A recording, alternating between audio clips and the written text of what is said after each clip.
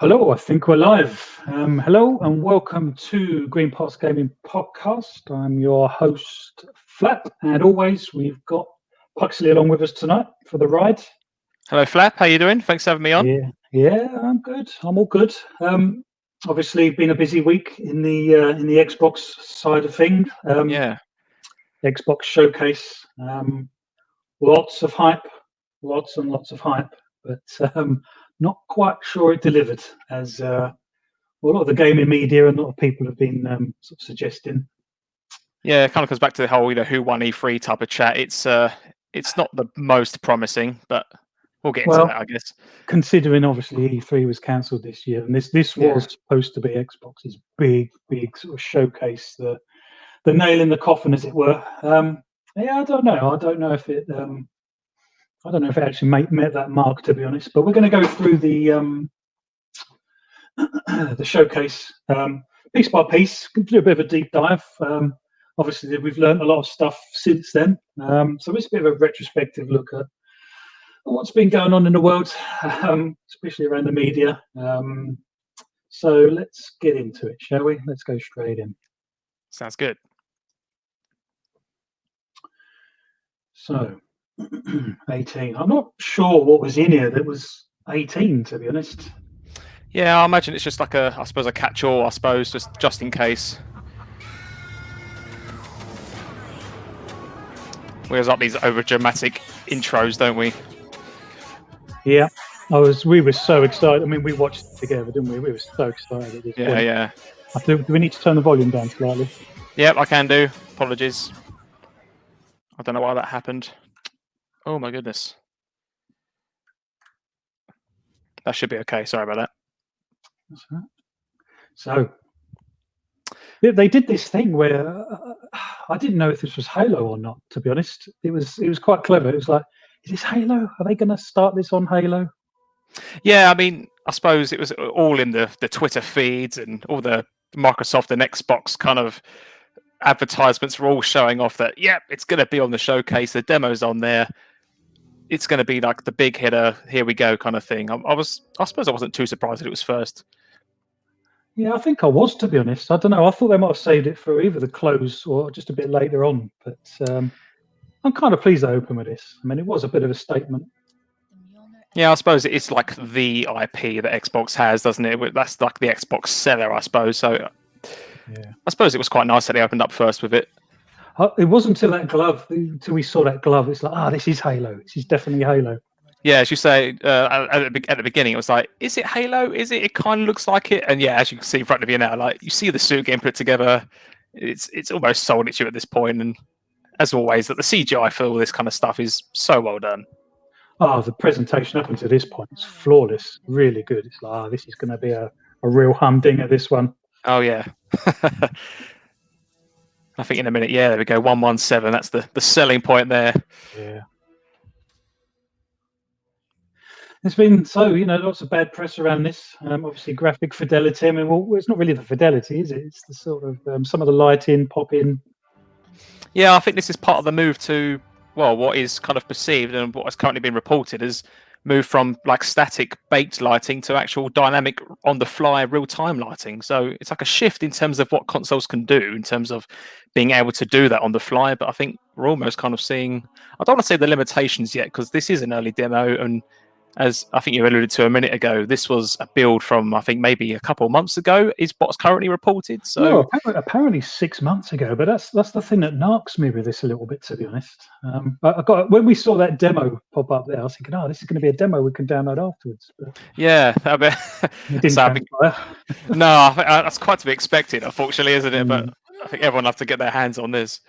So what do you make of this so far? I mean, it's quite vibrant, quite colourful. I was disappointed by the character models, if I'm honest. Well, you just hit on the colours there. I think I quite like the more colourful tone of what I'm seeing at the minute. But yeah, I mean, as we've done with the models and stuff, I think this has been discussed a lot. It's they look good. Like there's nothing wrong with it, but it's not like quite next gen. I think as what was being sold to us. Well, when you think of Last of Us Part 2, God of War, I mean, the facial animations they've managed to do on the current gen, it's just a bit disappointing, if I'm honest. Yeah, I mean, look at this guy in front of us now. I mean, it looks like, I don't know whether it is motion capture, but it looks too good to not be motion capture facial animations there. So it kind of sells it nicely. But yeah, again, it comes back to the, it's not quite next gen, is it? It's current, really. No, not at all. But, I mean, Microsoft have been touting that you're going to be able to play this on Xbox One X. You're going to be able to play this on the Series X. And perhaps this is the trade-off, in being able to have a cross-generational game like this. Perhaps you do have to dial it back a little bit for both. Yeah, that's a good point. I mean, if we consider that, all the way up to this, Xbox has been sold as being, 5 times more powerful here, 7 to 10 times more powerful there in terms of CPU, GPU, and read and write speeds of the hard disk, which is obviously now an SSD on the new consoles coming out. So I suppose if you're going from that to, like, again, with the Series X and, the One X and the standard one editions, which I suppose the developers probably have to assume it's a standard mechanical drive. So, as you say, maybe big trade-offs, maybe. Yeah, they've got to cater all the way back down to the original sort of VCR type version of the one, haven't they? Yeah.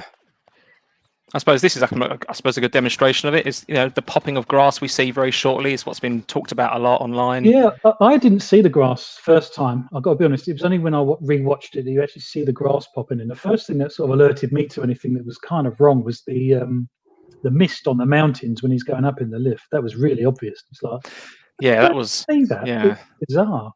Especially as touted as a machine which can handle the larger draw distances as well as give you the detail and the LODs or the level of details in game assets and stuff, as it's called. I mean, yeah, you would have expected that the machine could handle that. Well, this is the irony, isn't it? Because and I think you mentioned when you come out of this map, you can see all of the light assets drawing back in. All of the geometry. Yeah. It's just the light source that seems to sort of follow it one at a time. I think you'll be able to see. There we go. There we go. Yeah. Bizarre, isn't it? It's a bit surprising. The thing that annoyed me though is this sort of, they said afterwards that this was shot on a PC, and you'd sort of think, well, this should be a top end PC. Yeah, I mean, we're talking with similar specs. Yeah, I think I did see reports that the equivalent build is meant to be by performance comparative to what the Series X is going to be, which makes plenty of sense. But I mean, the other side of the coin, if this is like a development machine, it's probably even more powerful. So when you see these, it's retrospective or equivalent of, you think, well, is it though? Well, I mean, yeah, I don't think we can question the hardware in any way. It's purely, this is a software issue, isn't it? Yeah, and I suppose, I think I saw something on Twitter a while back about, or not the other day, I should say. I think it was Free Industries' like marketing manager, I believe, who mentioned that the developers do like weekly builds and they have like weekly check-ins and updates on progress, which that's great telling us that. But then, if it is every week, does it take that long to put a demo together for your latest show? Did they have to stick to a what could have been a potential 4-month-old build, assuming the rumors and stuff are true? That's what surprised me, because obviously, here we go. You can see the mist. There we go. Yeah, the cloud popping. And then it comes back. You watch. Wait a minute, there it goes. Bosh. Yeah. I don't know why Microsoft would do this. And I think, I kind of gave the show 7 out of 10, really, overall.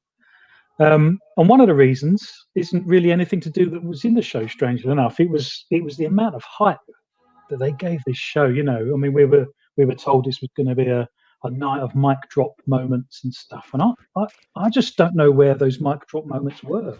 Yeah, I mean, I know we had some like pretty interesting looking world exclusives on the pre-show, even, which you could argue weren't good enough to make the cut for the main show. But then there was some on there I thought, why wasn't that on the main show? Like this, and then why was this one in the main show and not on the pre-show kind of thing? Yeah, the main show was first party. I mean, I think Microsoft wanted to make a statement and try and get rid of the meme that obviously Xbox doesn't have any games.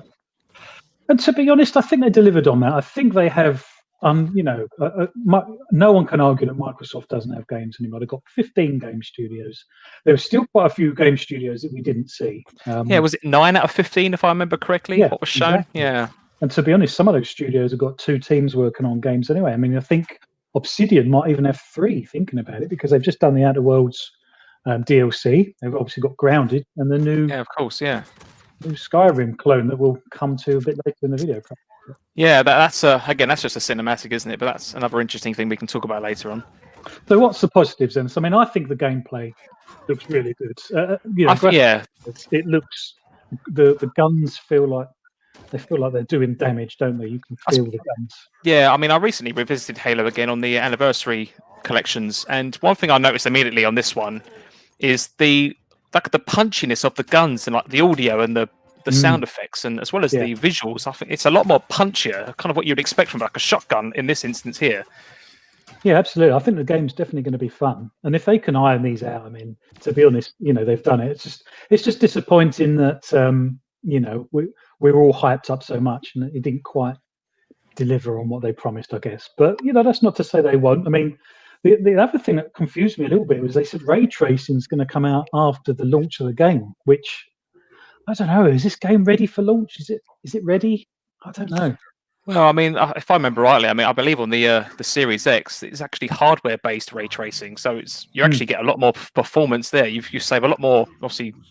All of your CPU time and stuff is not having to calculate that stuff. That's done by a different bit of hardware on the boards and stuff. So, in time, I'd like to think you could take real advantage of that as a developer. But absolutely. Yeah, I mean, is it ready? We don't know. I mean, it will be ready. I can't imagine there being a delay now. They've tweeted it so much that it's definitely going to be holiday this year. Well, this is the trouble. I fear Microsoft might have backed themselves in a corner a little bit, sort of saying that this will launch with the Series X. They've been saying that this is the first Halo title to launch of a new console for 20 years. Don't know. We'll have to see. We'll have to see its state of readiness. But yeah, I mean, we come up to a bit in a minute now where this guy goes from being like a hologram to the real thing, and the facial textures don't look quite good. And what it reminds me of is that I did see some other comparisons of like the armor. So here, like his armor looks quite plastic in a way. Like it's got a bit of shine to it. But when you look at the older games, which again had like the base lights, like you could tell it's proper metal, like it's shiny, it kind of glows in the right places. It looks like it's alien armor, whereas a lot of people have been complaining, but questioning that it all looks quite plastic. And I think I agree. No, I mean this is 360 graphics for me, to be honest. Just about top end 360, or perhaps an early Xbox One game. Don't know. I mean, the details on his face look a bit flat and a bit blurred out in a way, as you say. Like the texture quality isn't quite what I'd expect, but whether that comes from the fact this is an older build or we'll see. I don't want to dump all over this because it might turn us around and surprise us. When it launches. And a big push with this was everything was in Game Pass. I think that was the big sell for Microsoft, wasn't it? Everything's in Game Pass. That's a great thing I think they did with this presentation. The fact that everything you see here today is on Game Pass, especially I agree, but did they rely on that too much? I don't know. I mean, for me, for those who don't know me, I get my Xbox experience currently through PC. So all of my Xbox experience is through Game Pass in that platform, as opposed to actually owning the console. And for me, that's been perfect. So when I'm reading something like this and I'm seeing all these games, I think 9 out of 10 of all the ones which were shown are all coming to PC as well as Xbox, and with cross-platform play, I believe, between the two. So it's a great platform for me. But did they oversell it? Maybe, yeah, maybe they did bet too much on it. What do you think? It seems like they rested on the fact that they were going to wow everyone, that all of these were in Game Pass, and as impressive and as amazing as that is, I already subscribed to Game Pass, so these are all bonuses for me, I guess. But so what we got next? I believe it's State of Decay 3, if I remember correctly. Yeah. This was quite an interesting one. It was. Now, sadly, this is a full CGI trailer. This will not be representative of final game whatsoever, if State of Decay 1 and 2 are anything to go by. Yeah, I mean, I didn't play the first one. I did play the second one, and I suppose, admittedly, I wasn't the largest fan of the game. Like, I played it to a point. I can't say I didn't like it, but it didn't hold me enough for me to carry on and finish it necessarily. No, I'm the same. It didn't really hold me. It wasn't a game that sort of made me keep coming back for more. But if they could get the graphical fidelity like this, I think it would. I think that would excite me. Yeah, I mean, in terms of the second one I did play, I don't remember there being any snow settings on there. Maybe there is later in the game. I don't know if there is, but things like snow and stuff, those kind of environments, I imagine are harder and more difficult to render and stuff in terms of a console performance. So yeah, I guess I'd like to think a new console could show you some new levels of detail in kind of complex environments like snow and forest and. Yeah. I mean, we had that with Horizon 4, didn't we? The different seasons and stuff. And I guess from a driving perspective, obviously you get different amounts of grip and stuff in snow and ice. But yeah, I think maybe this. I mean, again, I don't remember much of 2 too much, but I don't remember there being loads of different animals which were zombified. So seeing like the deer, whatever that was, kind of sitting there all gormless and dead, like maybe they expand it to different animals and stuff. That's quite an interesting turn. Welcome everyone to the Xbox Game Showcase. Today, but the presentation is very good, isn't it? Apparently, this was all done on green screen, which I find hard to believe. Oh, really? Oh, I didn't know that. Apparently so. It looks too good, to be honest. I'm not sure I fully believe that. But, well, now that you said that, I mean, I suppose people look at movies, right? I mean, they look almost quite real with green screen and the basics of setups. Yeah, I mean, after the May debacle, shall we say, I kind of feel Xbox have done it twice. They got our hopes up in May and kind of apologised for doing that.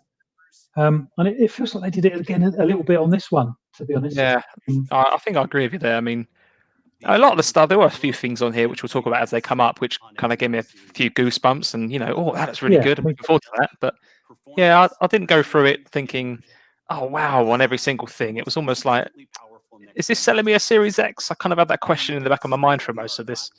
No, I agree. I mean, we're probably looking at £500. I'm thinking that's what it's going to be. That's a bit of an investment, isn't it? And if you can't see instantly where that £500 is going, then the casual gamers are going to think twice. They're not going to fork that out.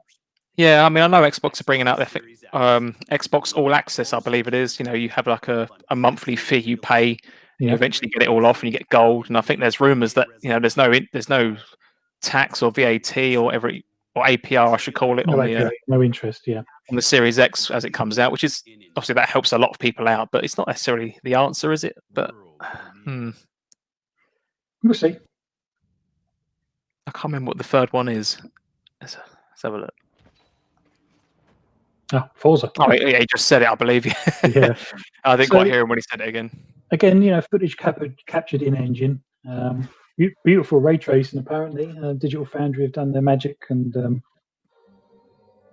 this is the other question, I suppose. I mean, we're talking in engine as opposed to on the console. So, is this captured in engine running on a overly spec'd development PC? Oh, yeah, absolutely, yeah. Again, I'd like to think, as if you're selling this as what we see in front of us now, I'd like to think the console is more than capable of handling this, which I like to believe it is, given what I've been sold. But yeah, exactly.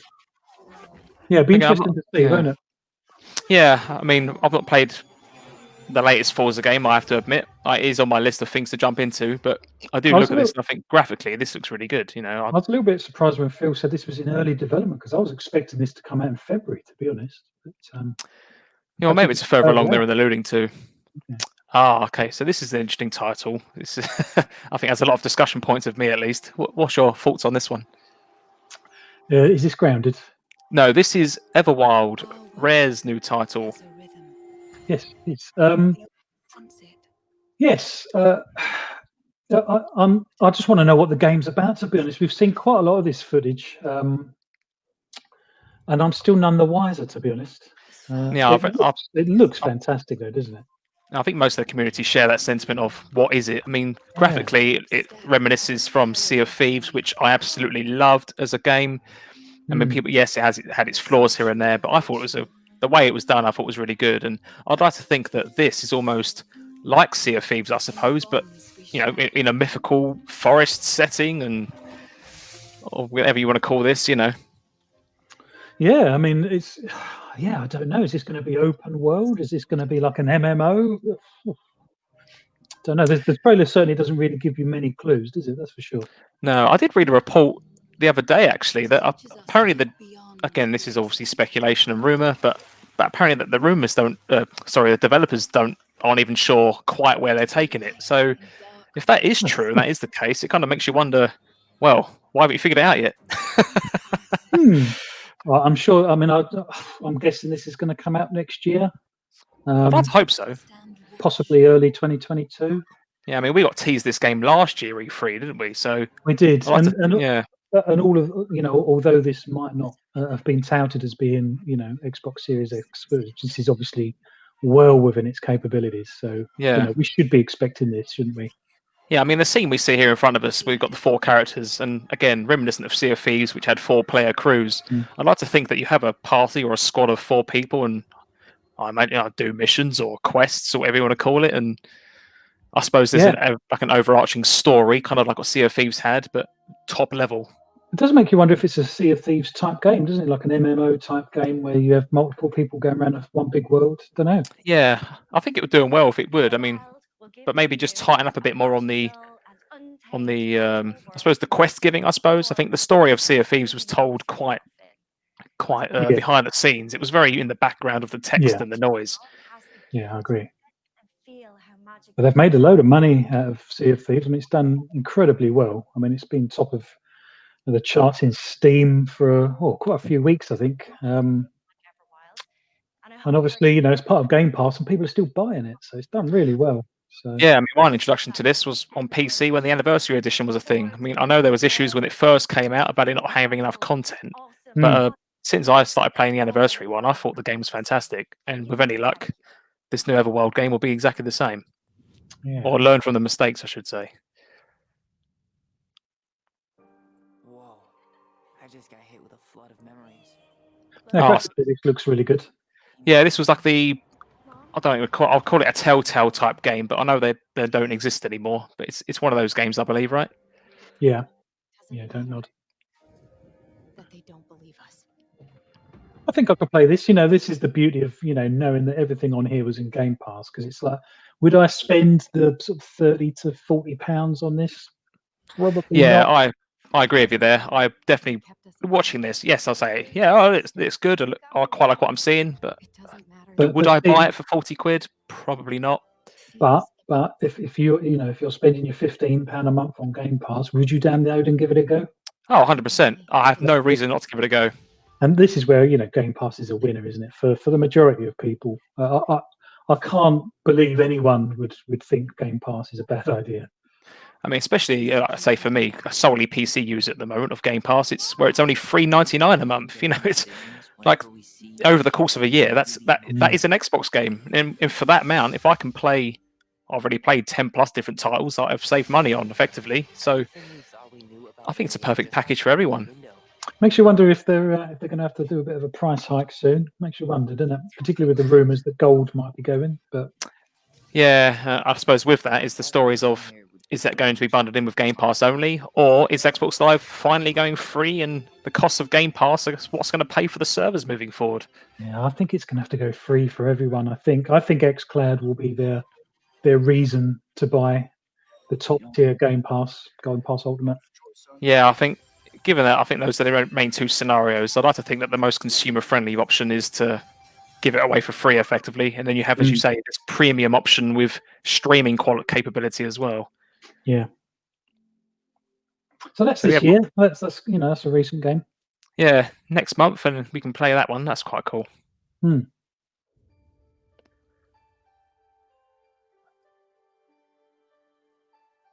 Hey everyone, my name is Gennady. Oh, this was the Ori and the Will of the Wisps, whatever it was called. It was. Right? And do you know what? This was one of the few things that compelled me to actually think, because I want 120 frames a game. 120 FPS gaming, because I'm lucky enough to have a TV that can handle that. And I just want a game that's going to show that off. Yeah, I mean, I think a lot of people might immediately think that, isn't this like a 2D game, or, a 2D game with some 3D elements? What's the showcase here? And you think, well, I don't think it matters what type of game necessarily that you have. I mean, you're in front of us now. We can see how much smoother 120 is over 60. It's definitely noticeable. And to be honest, they've got the low latency game controllers with the Series X. Because Phil Spencer keeps going on about the feel of games, and that's obviously something you can't get across in a video showcase. The feel of instant responsiveness, 60 frames, 120 frames a second video games. Yeah, I think especially if you top that on, I believe the controller has like extra like rumble motors and stuff in it now, so it's like concentrated rumble effects. So you actually feel things in specific parts of your hands, if I remember correctly. So that, alongside, as you say, 120 FPS gaming, what a combination moving forward. Yeah, definitely.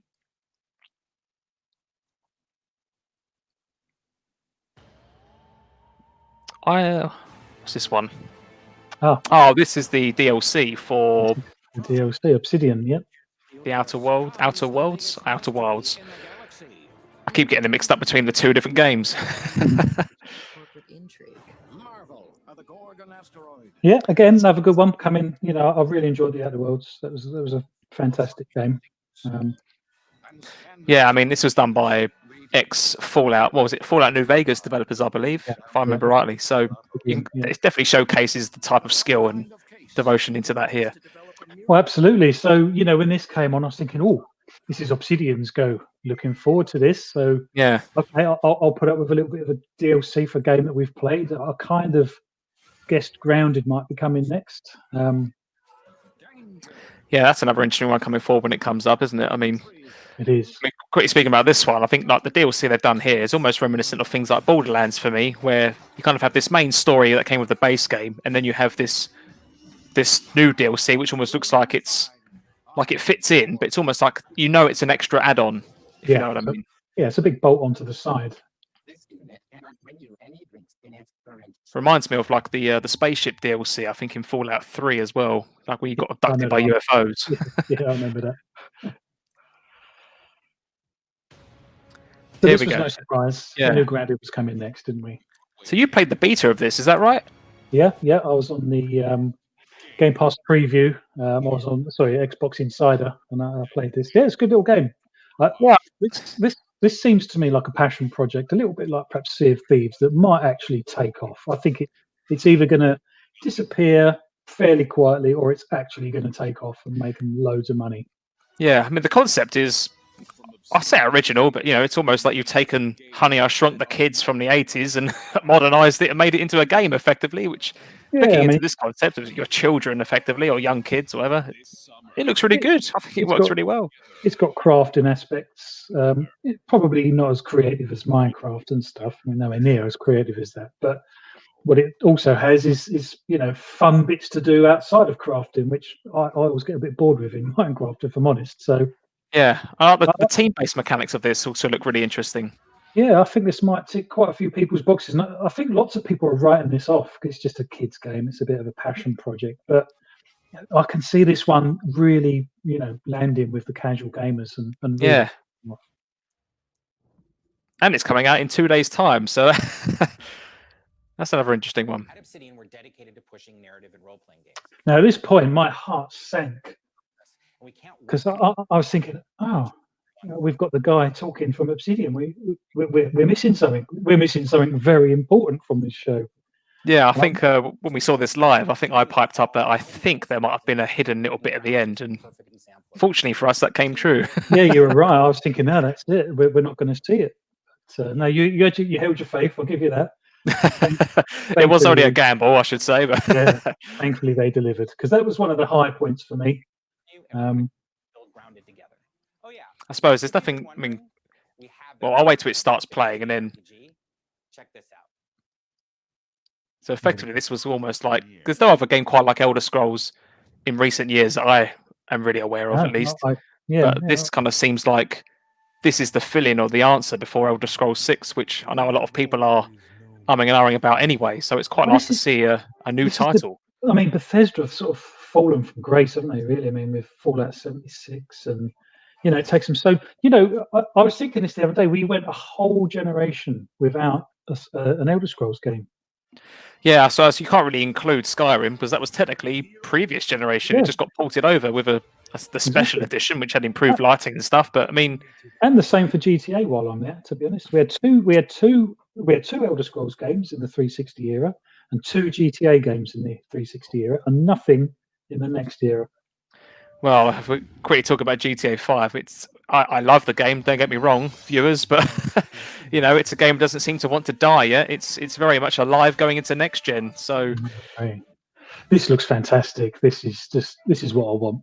I'd like to hope that. Yeah, I know this is a trailer, but that moment there where you've got one hand which is magic fired with and he draws the symbol and holding the sword. I'd like to think the graphics quality is reminiscent of what we just saw there.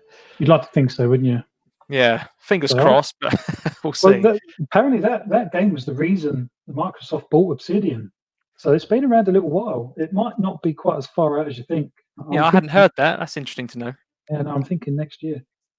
Yeah, that was the actual reason they went and bought Obsidian. And of course, on the back of that, they've got Grounded out of it and Outer Worlds, which was obviously multi-platform Outer Worlds, because I think it was already at a design stage or build stage where they'd already made it for PlayStation. But, knowing that acquisition took place before, as you say, Grounded was released, I'd like to think that maybe there was some extra help there. So if Grounded was just like an internal, like a small game jam, I suppose the developers maybe just put that together in a few days as a prototype, and maybe with Microsoft's help, that's kind of what's got it to where it is now. I mean, yeah, absolutely. Oh, okay, yeah, I remember this now. So this was like the 3D but 2D kind of Telltale-like. I shouldn't really say that anymore, but I'm not sure what I should call them. These sort of 2D images over a sort of a 3D background really reminded me of the sort of artwork that we got in GTA 5, strangely enough.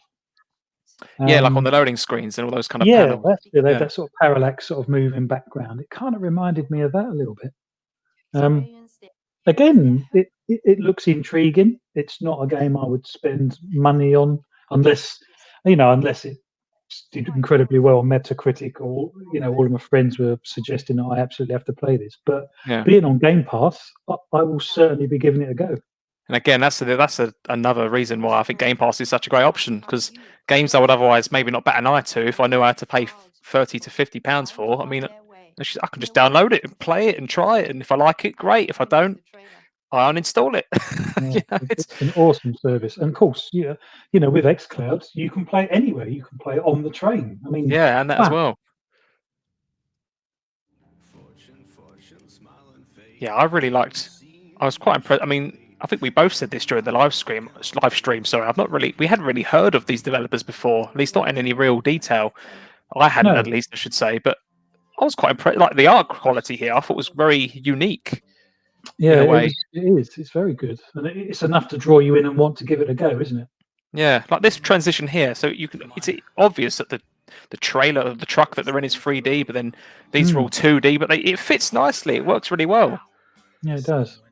It's going to be obviously heavily story-driven, interactive thriller. Yeah, I think it came up at the beginning, like interactive drama, I believe it said. Okay. So yeah. The only thing that will, it needs to have a good story, doesn't it, at this point? Yeah, I mean, a game like this, if it doesn't have a good story, it kills the project, I suppose, doesn't it? Yeah, the visuals aren't going to carry a bad story. Yeah. So look, the details on the door here are very good, even though I know that the people are very well drawn 2D images. Like, I like it. Yeah, it's a very pretty game, that one. Where are we going now? So this is what disappointed you, I believe. So this is another reason why it got 7 out of 10 for me. It dropped another point with this, because Hellblade 2 in December, when we saw this particular trailer in December, it absolutely blew me away. It got me so excited for next generation. And that was, what was that, 8 months ago now? And I was just expecting something, even if it had been 10 seconds of something else we hadn't seen with this game, and just to get a feel for how brilliant the graphics are going to be. But we didn't get it. Yeah, equally, the graphics of the first one are absolutely phenomenal anyway, aren't they? I mean... they know how to make a game, don't they? And they also know how to do facial animations and character animations. That was a really good acquisition by Microsoft. I suppose looking into this, the only information we really got was that the story's setting is now based in Iceland, which I thought was quite cool. Kind of goes into that kind of Norse mythology in a way. It kind of mingles the location with that kind of level of myth. It's kind of okay. I've got to be honest, and perhaps I'm acting a bit like a spoilt child, but I was thinking, if I'd seen a bit more gameplay, or even a bit of an extended sort of CGI trailer, it would have kept the hype really high. I just feel a bit let down, if I'm honest. And perhaps perhaps that's on me. Perhaps my expectations were too high. Yeah, no, I can understand that.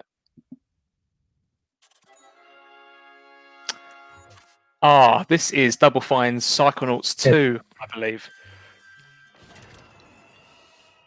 I think we're both quite pleasantly surprised to see Jack Black appear. Yeah, absolutely. And one thing we haven't mentioned, and it's a bit of an elephant in the room, that the stream that we watched was incredibly poor quality compared to the 4K 60 VODs they put up afterwards. And this game looks really good in 4K 60. Yeah, I've not watched it in 4K 60 yet, so I only remember it from the original stream. And I mean, I like 3D platformers. It's kind of my jam from the N64 to the PlayStation 1 and Dreamcast eras. So this sits quite nicely with me. But Psychonauts hasn't really been something I played originally. But looking at this, again with Game Pass, I'm quite happily jump in and give it a go. No, absolutely. You need to do yourself a favour and watch all of these in 4K 60 afterwards. Yeah, I've watched a big number of them. A few more, as you say, like this one. I'll definitely jump back in and give it another look. Tim Schafer did an interview afterwards and said, it's not all trippy like this. This was just to sort of show off its sort of, I don't know, zaniness, I suppose, but it's not all quite as wacky as this. Yeah, sure. I mean, I'm quite a Jack Black fan or Tenacious D fan anyway, so I've listened to Jack Black in concert a number of times. So it was quite pleasant to see him actually part of this, and I suppose he fits in with the image of the company and the game. I think it's kind of that kind of wacky. Well, when you see him and indie feel, sort of patting each other on the back, you can imagine they've been lifelong mates for a long time. Yeah.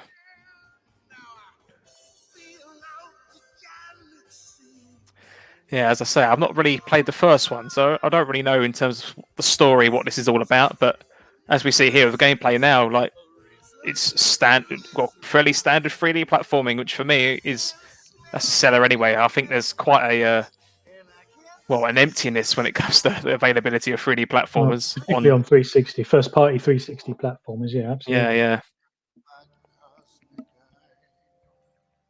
And this will get your casuals. This will get your casuals in. And I suppose this not only that, it kind of also helps with younger audiences. I mean, there's a lot of games for the current gen consoles. I suppose arguably are quite mature games, if you understand what I mean. There isn't many kind of silly, kiddie or cartoony titles, but I think this kind of fits that bill nicely. Well, it's one thing they did very well, isn't it? They paced it okay. I mean, there's always a lull in the middle.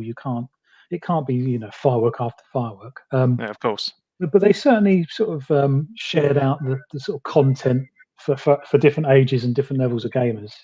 Yeah. Yeah, this was quite a long trailer, wasn't it? For well, as you say, it's effectively just trippy moments. It was still good to see. It's very colourful. Again, it's another game that I won't be buying, but I will be playing via Game Pass. Yeah, exactly. Perfect example. I suppose speaking of 3D platformers, we can talk about it at the end, but some of the exclusives that were shown during the pre-show, I think would be quite interesting to bring up as well. Yeah, Balan's Wonderworld. Oh my god. Awesome. What a title that looks like. Very surprised to see that kind of game. Yeah, well, perhaps afterwards we can have we'll have a chat about some of the other things that we saw, and you know what, some of the things that we're missing. That's what I'd like to talk about as well. Yeah, we can bring that up. Not just geographically, but in history too. I'm thrilled to announce. Okay. It's another game which stands the test of time, isn't it? Yeah, so to speak. I mean, since Bungie fell out with Activision, they seem to be, I don't know, they seem to be rubbing shoulders with Microsoft an awful lot again, which seems ironic, really, when you consider that, if the rumors are true, that actually, well, obviously Halo, Bungie obviously originally made, but B, that Halo might be going the same way as Destiny. It just seems an odd thing to happen, doesn't it? Yeah, I mean, I suppose Halo it's not like a big MMO, so to speak, like what Destiny is, but yeah, it's to see that they both might go in the same direction is it's interesting. Hmm. I mean, I played Destiny 2 on PC when it went free to play. I'm not an original player, to those out there who probably are. I enjoyed it when I played it. I know I've read news articles again and again over the months about the latest DLC is quite a grind, all the rest of it, and I enjoy shooters like this, but for me personally, it did feel like a grind to just kind of go through. It didn't hold my attention for too long, if I'm perfectly honest. But I always think when I watch the trailers, it looks good, and that maybe I should give it a second chance. I agree. And again, personally, for me, if I can play this in 4K 60, does it make it a better game? Well, essentially, perhaps it might. They might make the shooting physics feel a little bit more on point, I suppose. Doesn't actually make it a better game, but it just makes it more pleasant to play. And when you see the 4K 60 screens on PC compared to the sub 4K 30 on Xbox One X, it's day and night different. Yeah, especially when you say about 4K gaming, like a lot of people might argue that 4K is still in the early days of being mainstream, but in the next few years, it's going to come, isn't it? Most people will start transitioning to 4K TVs. They'll become cheaper in price, and it'll become the norm. Yeah, so it's only so far you can start comparing that 4K versus 1080. Oh, what's the difference? It's like, well, actually, there is a difference, and it's a good difference. No, absolutely. And I'm wondering if something like the Series X might actually start pushing some of the OLED LG and Samsung tellies, QLEDs with the 160 refresh rate, because other than hooking a PC up to it, what's the other point for getting a 120 hertz telly? Yeah, no, that's bang on. I mean, I personally don't have one in terms of a PC monitor because of the expense currently, but yeah, hopefully it helps bring down the cost in time to come.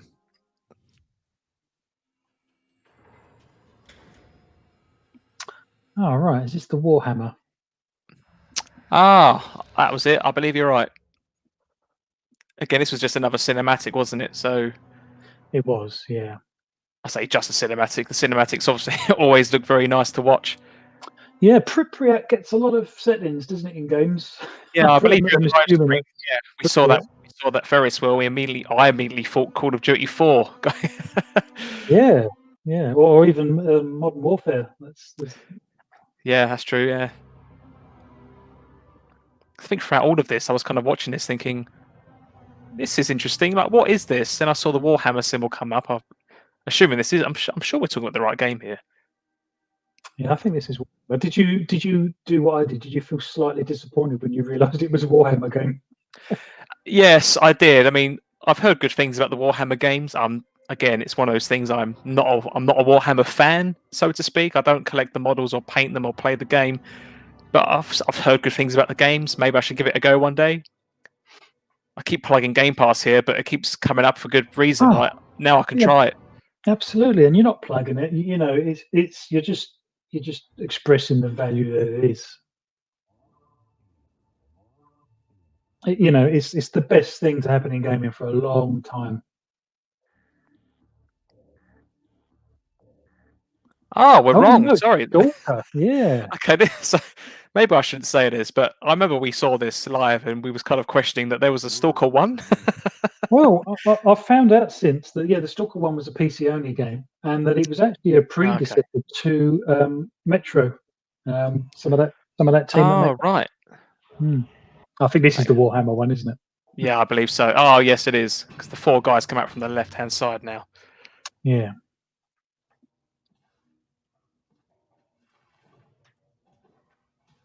Graphically, very impressive. CGI, though, unfortunately. So it's just the annoying thing, isn't it? Because you sort of think, wow, this looks brilliant. And then that tiny part in the back of your brain kicks in and says, well, this isn't what you're going to get. This is CGI. And then it's just, reality dawns, doesn't it?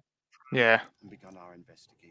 Kind of comes back to that, CGI's can nicely kind of give away or say sell the concept of a game. But I think most people, after all of that dust settles, it's, well, where's the gameplay? What does it look like for real? What am I actually going to see when I've got a controller in my hand? Yeah, and we as gamers, we're constantly putting up with these CGI trailers, and it gets you excited, gets you hyped, and then it never looks like that when the game's launched. It is disappointing that we as a community have to put up with that. Yeah, no, 100%.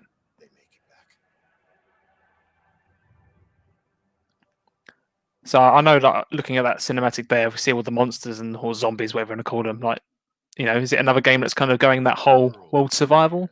Yeah, we'll see. I was wondering if that's if it's an RTS type game. I don't really know. That's a good point. Yeah. Yeah. What's this one?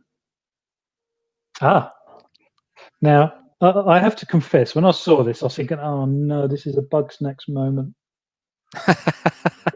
Well, you have to remind me. I can't remember what this was. This is Tetris Evolved, I think it's called. Something like that. Yeah. This reminded me of.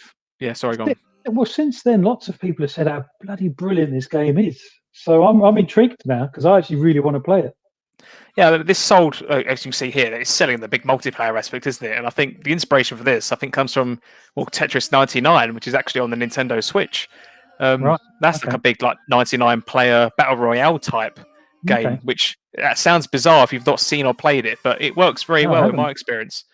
And I feel like this game, if it does go along those kind of routes with all the players, as we can see here, I think it would be good. I mean, equally, the other side of the coin is that how many times can you reinvent Tetris? But I suppose making it more social maybe is the way forward. Yeah, no, I agree. And to be honest, it's another game that isn't a shooter on the Xbox platform, so it is something that it will get the casuals in again. And if I remember rightly, the original game of this, Tetris Evolved, whatever it was called, it got really good reviews, if I remember correctly. So, did it? To be honest, casuals are where consoles are made or broken. But, that's where the real big chunk of cash is. It's the middle bit, isn't it? Tetris Effect. There you go. The connected bit, I think, is the extra multiplayer portion, I believe. Yeah. Premiere.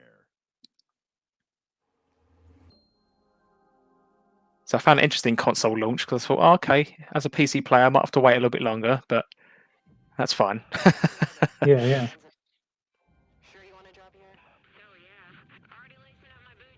I was surprised about by the number of games shown that seem to be Xbox Series X only, actually. Yeah, that's a good point. Yeah, I suppose the plugs on the bottom at the end of the each trailer. It kind of gives you a pointer as to how far out they are, doesn't it? Yeah. This game was interesting. I quite like the look of this one. Again, it's kind of got that platformer vibe to it. Yeah. I mean, it reminds me of I think it was an indie title. I can't remember if that's quite right or not, but I think it was called Hob, like a character that's got like a mechanical arm and kind of goes around and does platformer-based stuff. I didn't completely play it, if I'm perfectly honest, but it's reminiscent of that for me, and I think it's interesting. Yeah, you kind especially like here, like the particle effects there. I think that's kind of showing off partly what next gen is all about. You'd like to think so, wouldn't you? Yeah. Yeah. No, I think I'll get a good enough feel from the game, and I didn't see anything graphically that I didn't think the Series X couldn't do.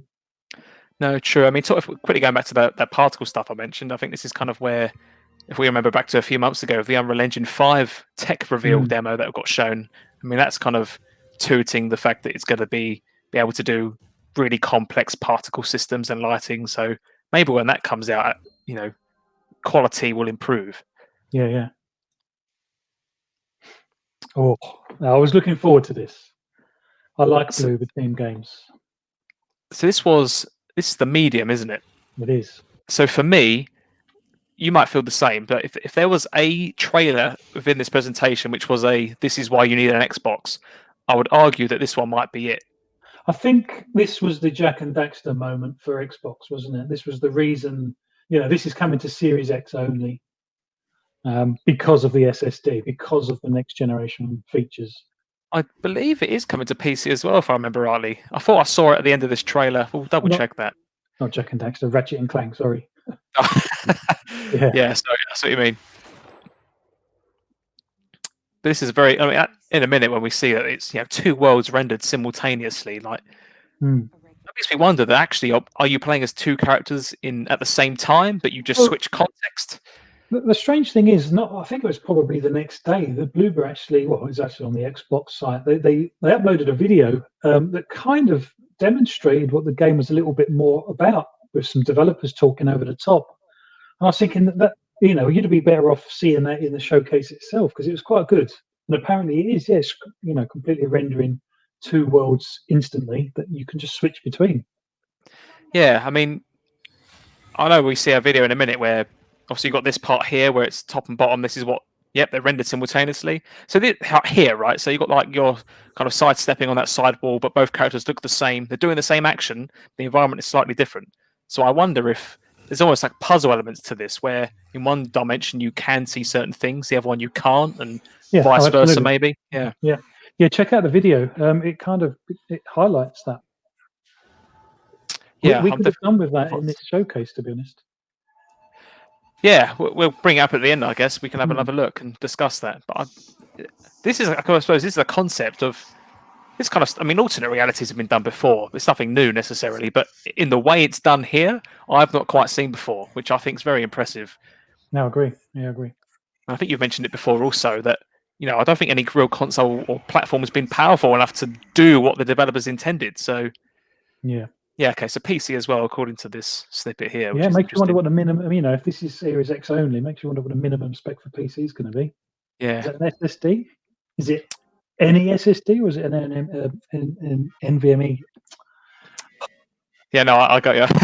Yeah. Oh, this was Phantasy Star Online 2, wasn't it? Which, I think the Japanese do a very good job at detailed environments and crazy looking monsters and enemies and yeah, this isn't for me really.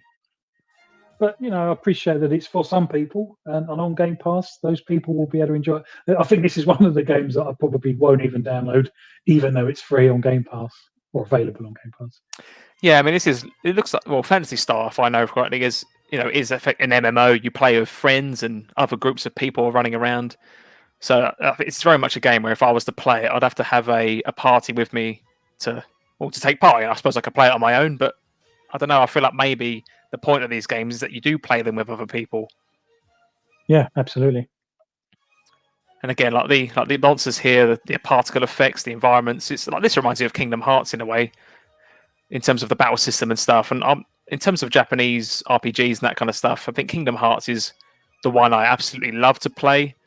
I've played a few Final Fantasies here and there, but outside of that, I haven't really touched them. So maybe this is my foothold into the JRPG front. Yeah, possibly, yeah.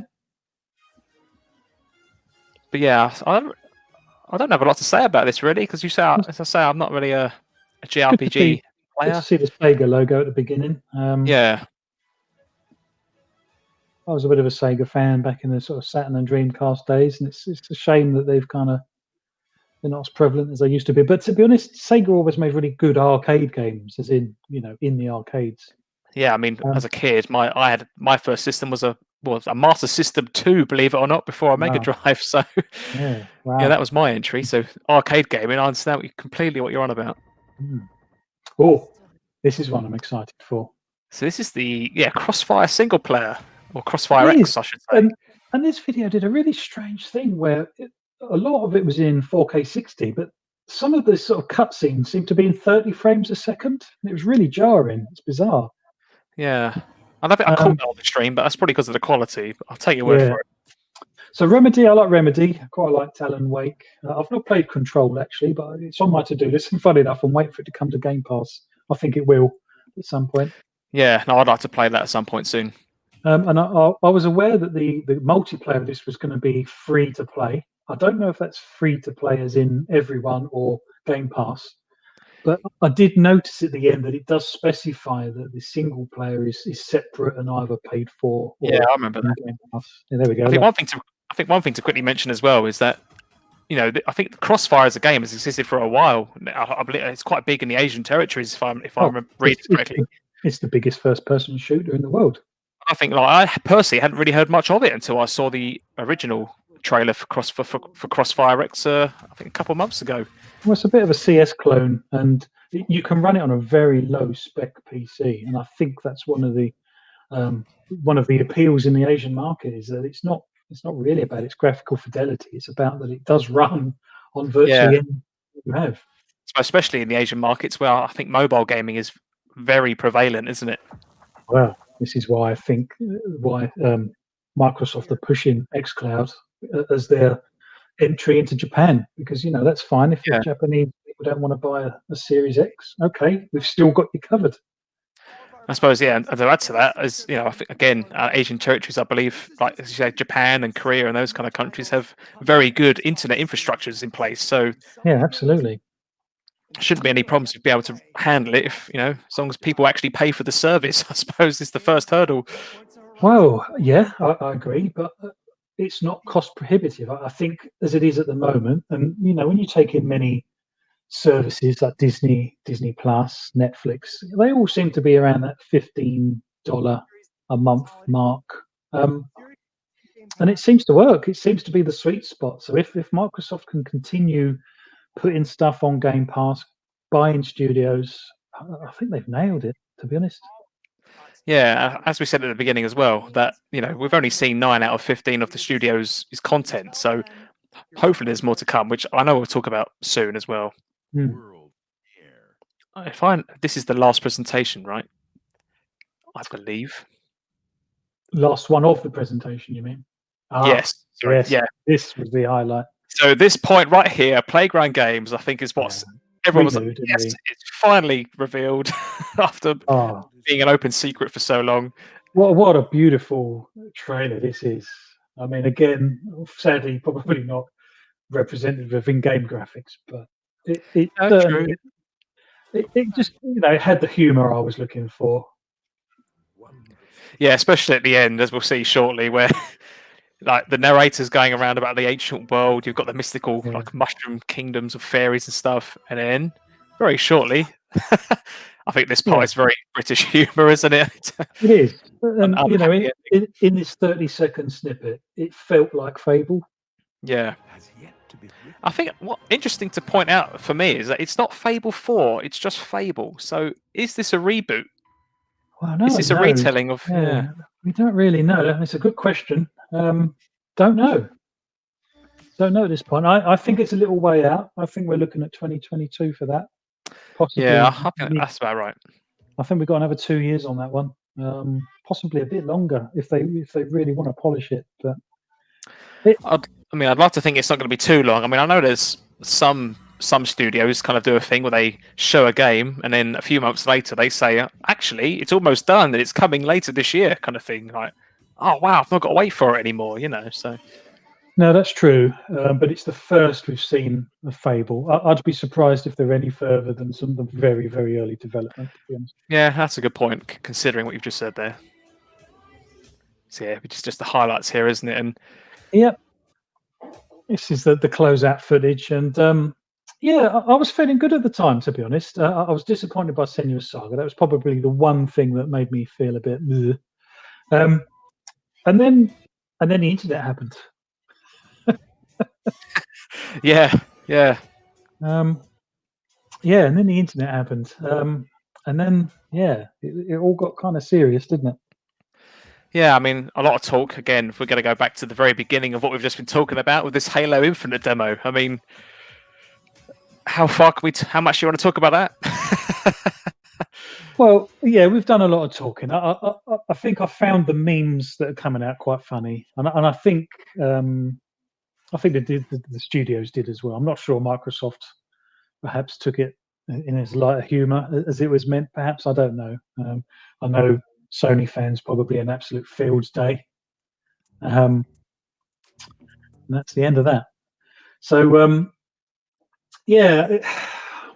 I was disappointed in lots of ways that Microsoft perhaps didn't quite live up to the hype that they'd set themselves, and I feel slightly disappointed. But like Boomstick said on his podcast, it is almost like he described it like being disappointed with having one scoop of ice cream when you thought you were going to get 8. You've still got ice cream at the end of it. This is still a good thing. We've still got all of these games on Game Pass. Things will get better. The graphics will be better in Halo. But I guess to counter that, though, perhaps as a community we do feel a bit sort of hard done by. But I can't help feeling that if we got one scoop and we were expecting 8, it's because we were told we were going to get 8 scoops. I think that's the thing that upsets me the most, because Microsoft hyped it so much but didn't really deliver, as far as I'm concerned. Yeah, I think if we're considering as well that if this was before anyone knew about a Series X or the next gen, I think, if this was just Xbox One stuff, then I think it was a great presentation. But if we're considering the fact that the new consoles they're barely 4 or 5 months away, they're coming soon. Nobody yet knows the prices for them yet.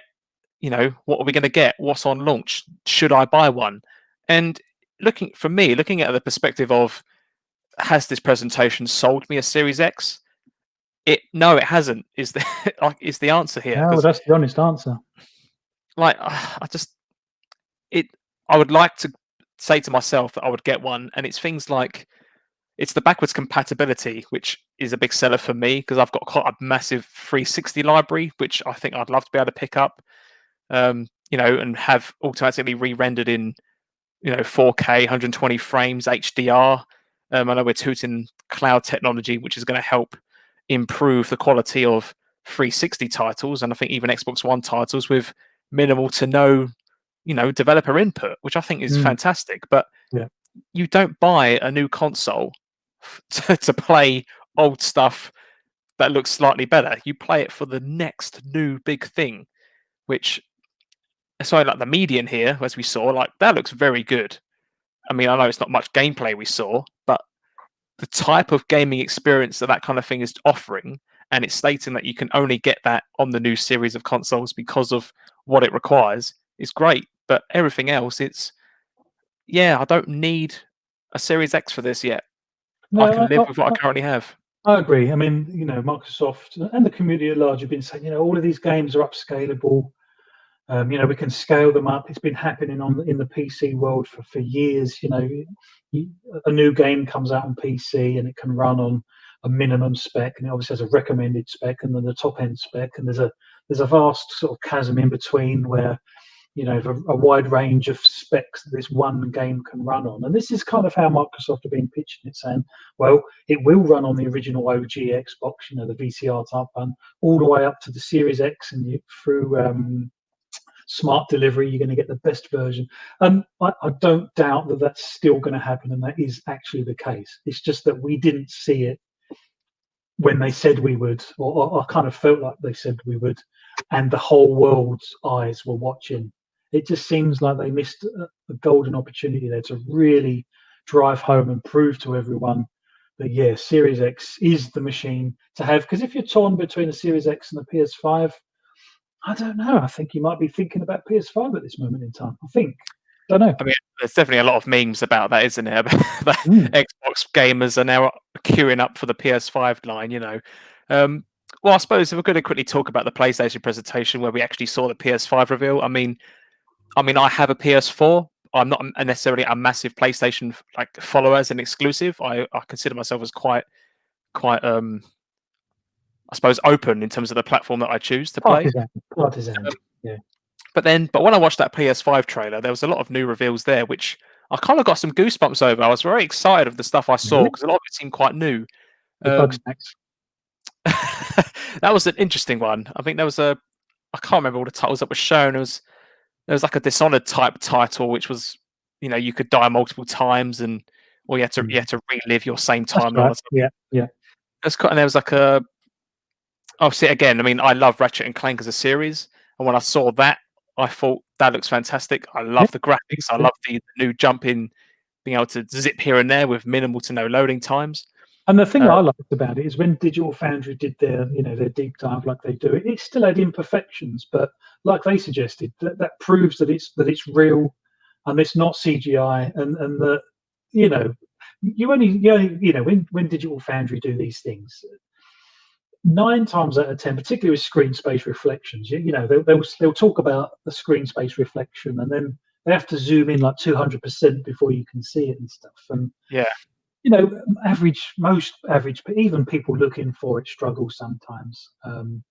So it was graphically representative. I think the trouble with the Halo is that it was so blatantly obvious that even on the crappy sort of 1080, 60 feed that they were doing over YouTube, even then you could see all of this popping happening. It's like, don't know. Yeah, no, that's a really good point. And I think if we're quickly going back to PlayStation 5 versus Xbox Series X, I mean, going back to that PlayStation, I know we're not going to talk about that explicitly now, but to quickly compare the two, I think there was a lot of titles shown on the PlayStation Showcase which were captured in console, actually on the machine. Whereas here we've kind of we saw nice CGI type like trailers and stuff, and they look really good, but nothing that necessarily sells me the console or anyone else, I believe. That's a good point actually, because so they had a couple of big selling points, didn't they? It was obviously pushing Halo, which is fine, and you kind of expect them to do. And it was a nice, surprise that everything was going to be on Game Pass. Yep, love that.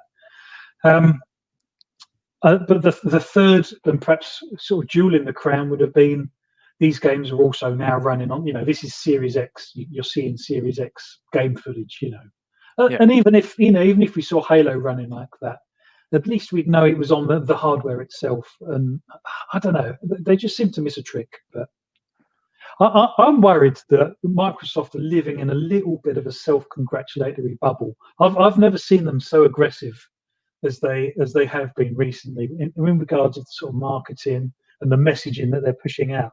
And I'm just a little bit worried that they're actually caught up in their own sort of hype, as it were. I think that's a valid point. Not quite in touch with reality, perhaps.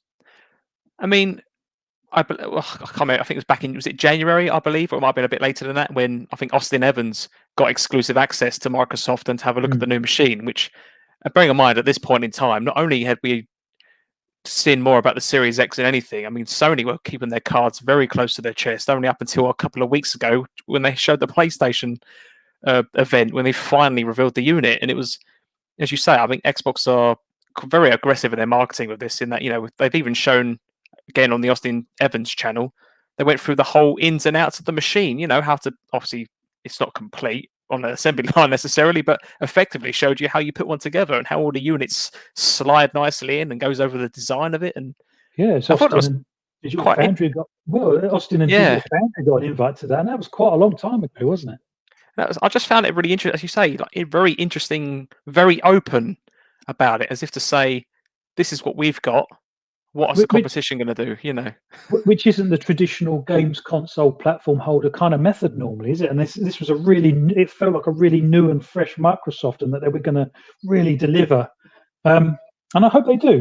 It's not over. Perhaps I'm sounding a bit like a spoiled child, and I'm kind of conscious of that. Let's talk about what wasn't in the showcase.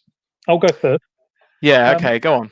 I was expecting Flight Sim to be in there because it is obviously a game, and I know it's a very niche sort of game, and I think it's coming to Game Pass, so it would have fitted easily. I believe it is.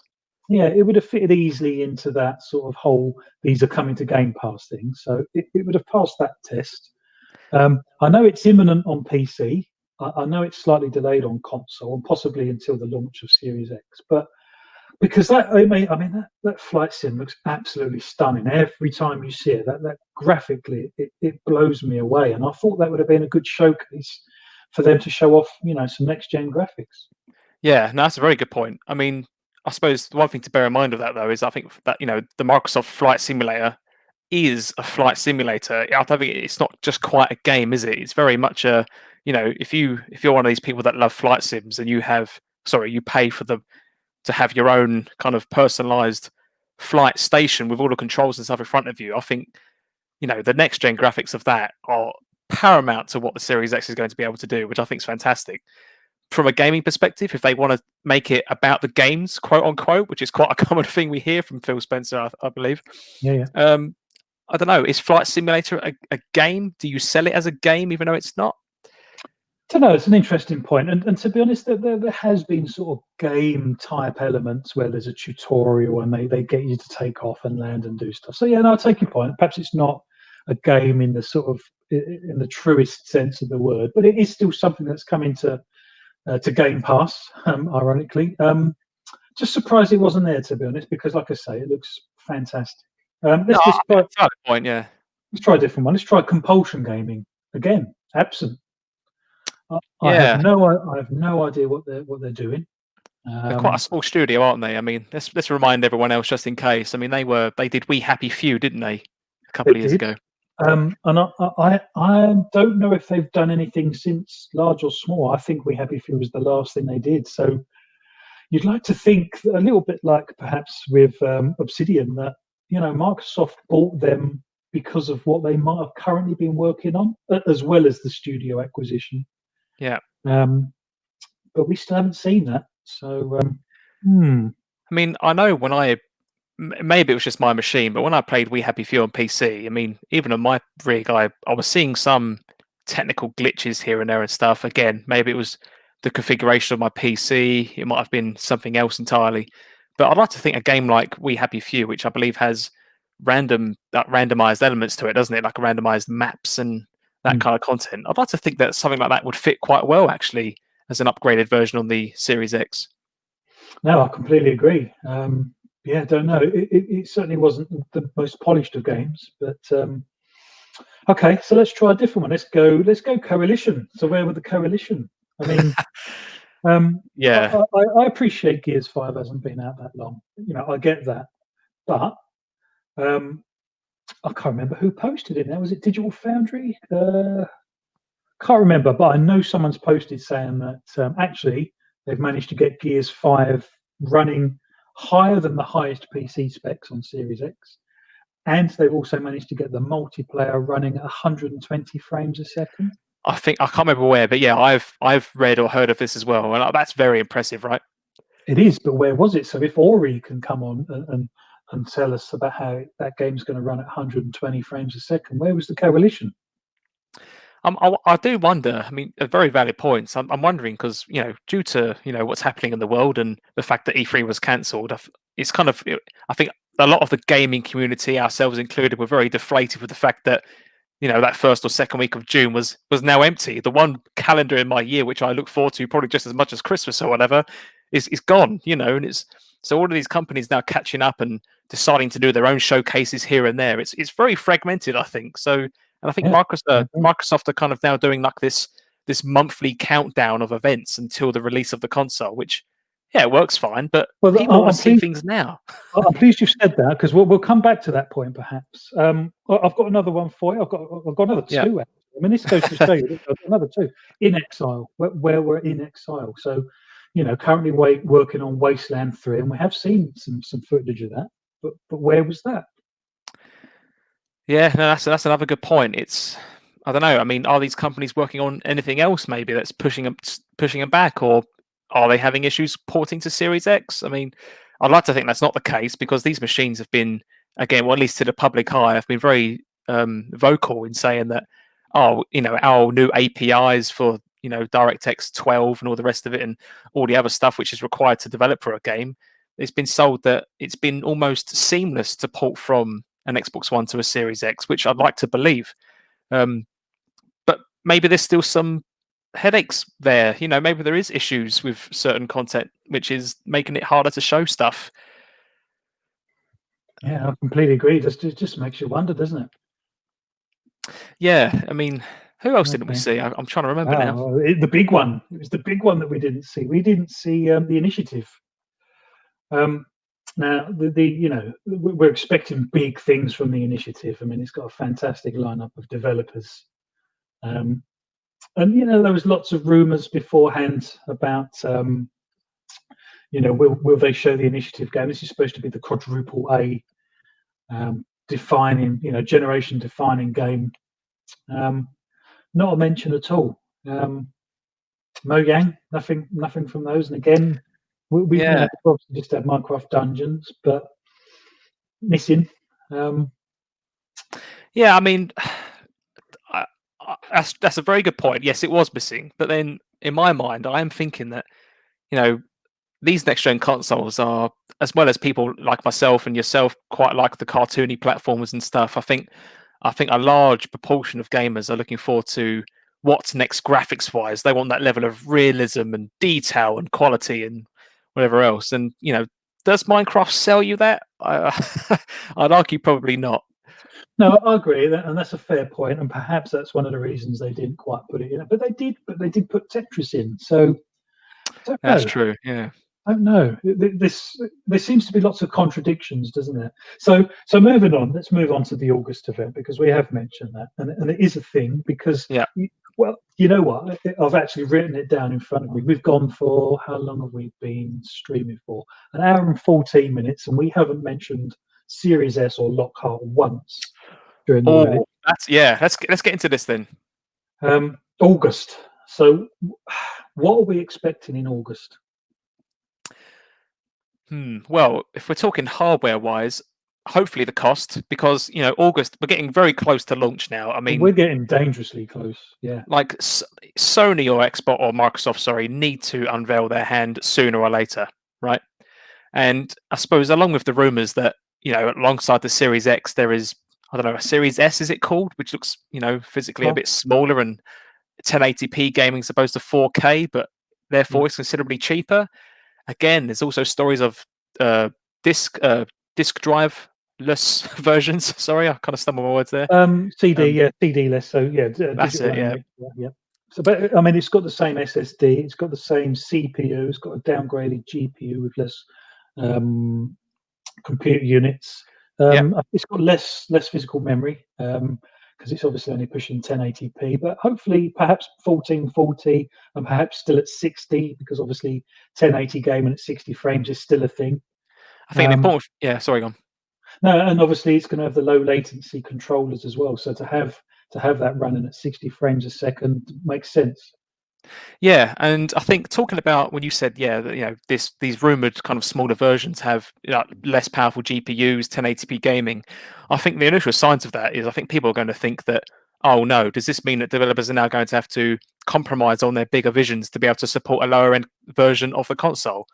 But moving forward, I know a lot of these systems have, like the games themselves can almost detect what versions they're on. So if they're on a Series X, they can just download the extra 4K packages and this is the smart delivery side of things, isn't it? And the real bottleneck is CPU. If it had a different CPU from the Series X, then I think you're possibly right. But because it's got the same CPU, same SSD speeds, I'm guessing the memory, although it's less, is probably just as fast. It's just literally the GPU that's got less CUs. It should scale very nicely. It really should. Yeah, and I mean, we're talking about CPUs quickly. I mean, over the last 7 years, I mean, from the relaunch of the Xbox One and the PlayStation 4 till now, I mean, CPU technology has advanced so much. Like, if we consider, even 10 to 8 years ago, Ryzen CPUs compared to Intel, say, were deemed like they weren't competition really, because it was like AMD are just not as good as Intel. But now both PS5 and the Xbox Series X have custom AMD Ryzen CPUs in them. Like, these things are showing that they're really worth their salt. They can really pack a punch for the price. Yeah, absolutely. And the Jaguar cores on the current generation, they were sort of low powered mobile laptop sort of CPUs. And I guess if the Sony fanboys are going to say that the Xbox One family from the OG up to the Xbox One X will hold back next generation gaming, the only real argument they have would be in the CPU.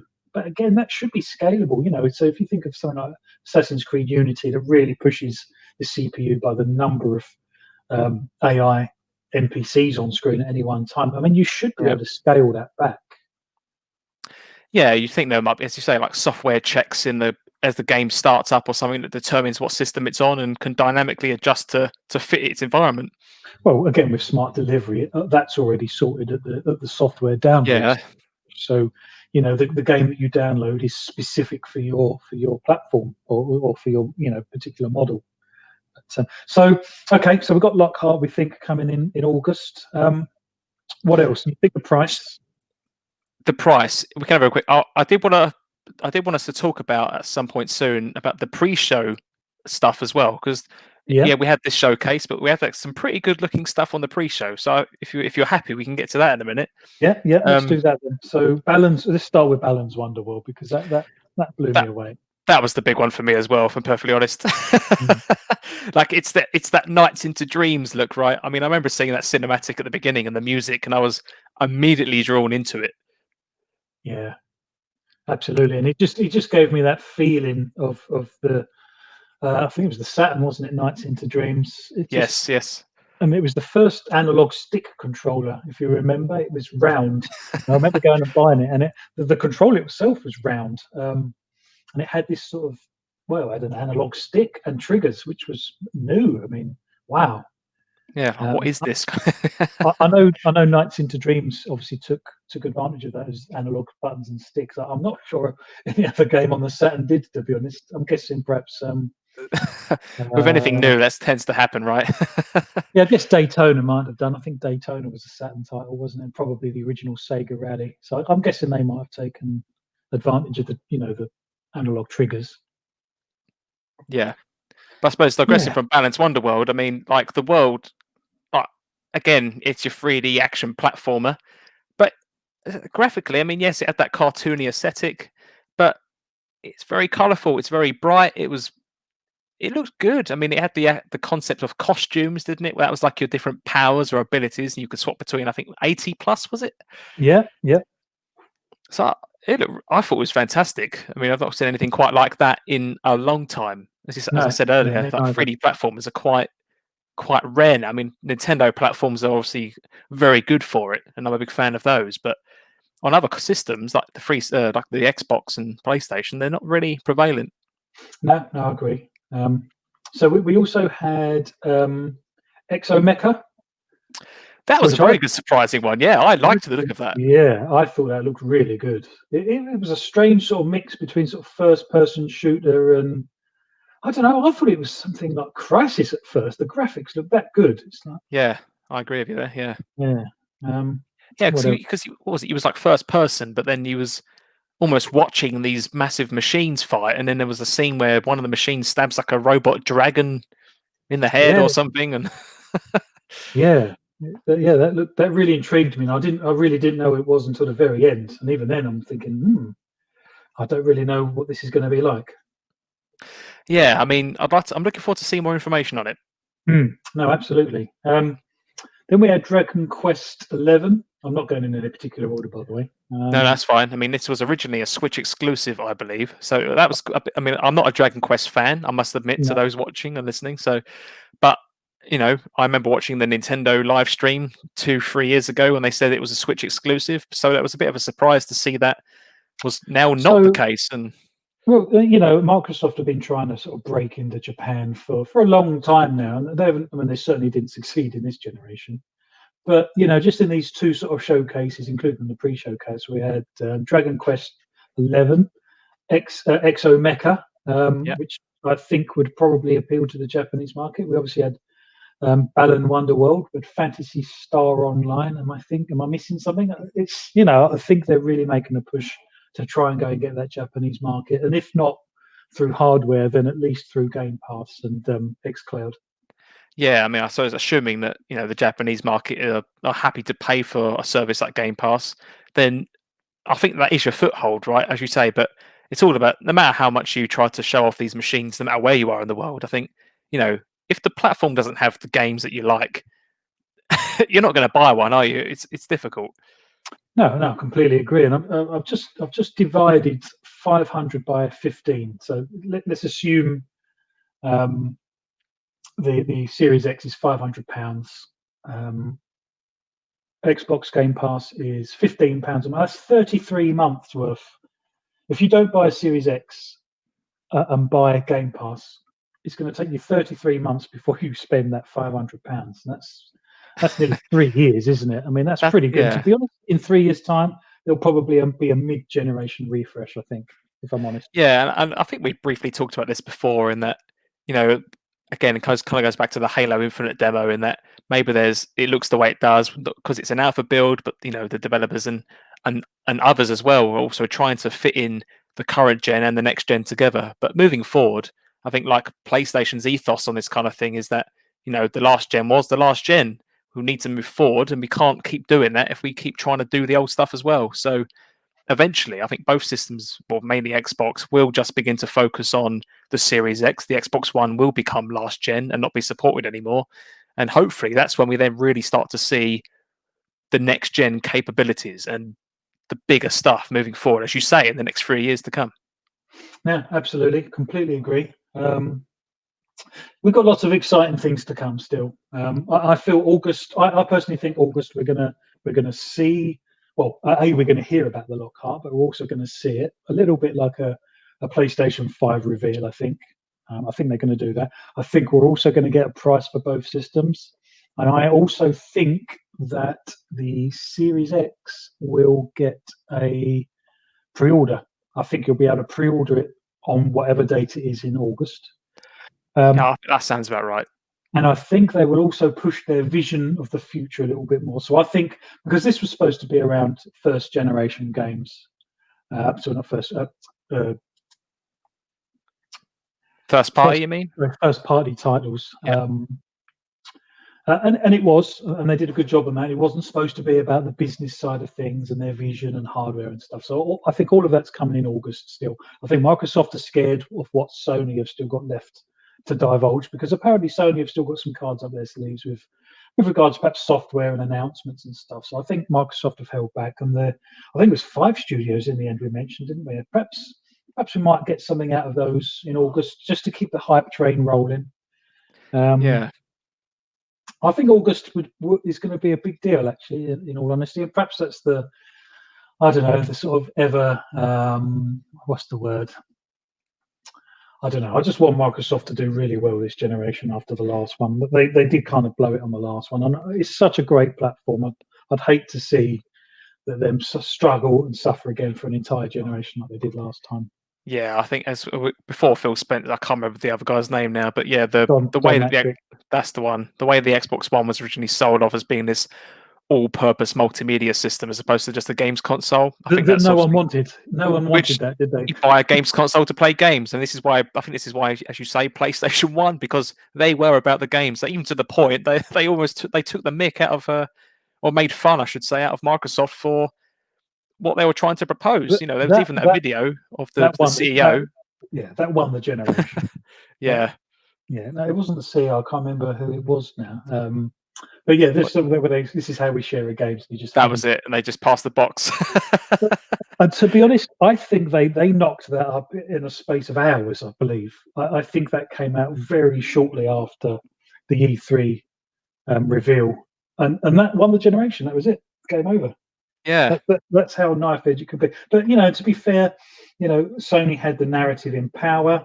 It was cheaper, and obviously they were at the time seen as being more consumer friendly. Yeah, and I suppose especially if we consider that at the beginning that the original Xbox was still the Xbox One was still launched with a Kinect sensor, which obviously boosted the price. Absolutely, yeah. And you can see, when you take those three things into consideration, like the power narrative, consumer friendly. This is what Xbox are going for this time. They've won on power. They did with Series X. This is the second time in a row that Xbox and Microsoft have had the most powerful gaming machine. The consumer friendliness. I mean, Game Pass. There's no arguing that Game Pass is the best value in gaming that there currently is, and that's without xCloud coming to the service. 100%. I think this is also kind of testament to Phil Spencer's kind of leadership to this to try and fix it effectively. I think it's probably fair to say, right? I completely agree. But the one thing they still haven't quite done, as far as I'm concerned, is delivered. They haven't delivered. They haven't put it in my lap saying, this is all of the things we've been talking about and getting excited about. I still feel like I'm at arm's length from actually what's going on. Yeah, but I suppose maybe, as you just said a minute ago, that because of the fact that even now we had that PlayStation showcase, that's all we've heard since about what's coming to PlayStation. So maybe they are trying to be a bit more cautious now and maybe try to be less aggressive to see what Sony are doing, because they very much have sold tens of millions more units than what the Xbox has. Yeah. So maybe they're just being really cautious, really aggressive. Maybe they're trying to scale back, maybe, and actually let's wait till they play their hand. It is. It's a game of cat and mouse, or who's going to blink first, and it's a very peculiar situation to be in. I don't think we've ever quite been this late in a new console generation with the two big contenders announcing stuff. Yeah, I mean, I think August, as you say, that has to be. Bear in mind, it's going to be the end of August, roughly.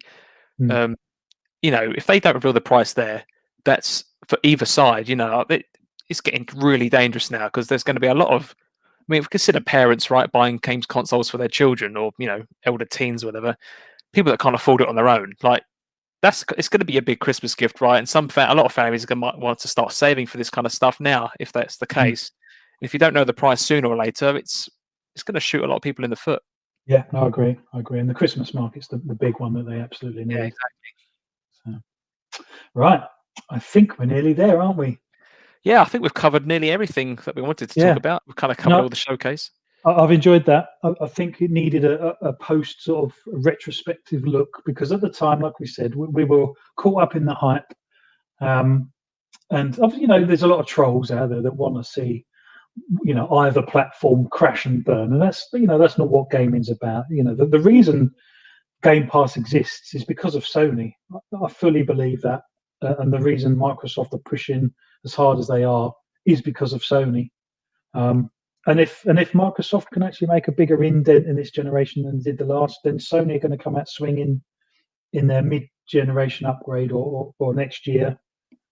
It keeps it alive, doesn't it? The competition. Yeah, I mean, I was going to end this soon, but just quickly, because you brought it up, I think it's a good point. What is your feelings on kind of mid-gen upgrades? Because I know some people obviously spend all the money to support the platform at launch, and then not everyone can necessarily afford to upgrade later on. I mean, I have a lot to say on this, and that is going to be a topic in its own right for the next podcast, actually. Yeah. Okay. I think we've hit upon a good point there, and I've got a very I was going to say robust, but I've got a very good theory about how this is going to pan out, to be honest. So that's a good point. Perhaps we'll discuss it in the next podcast. Yeah, as you just said, I think we could definitely talk about this for quite a long time. No, absolutely, because I think there's things afoot with Microsoft in regards to this, but let's save it for the next one. Yeah, sure thing. Okay, Puxley, thank you very much for joining us. Really enjoyed going through these and hearing your views. No, thank you very much for having me. This has been really good fun. It's been nice to discuss it all and to see what we all think, really. Exactly. Well, appreciate everyone listening, and we'll do it again soon. Thank you, everyone. Ta-da. Okay, bye. Bye.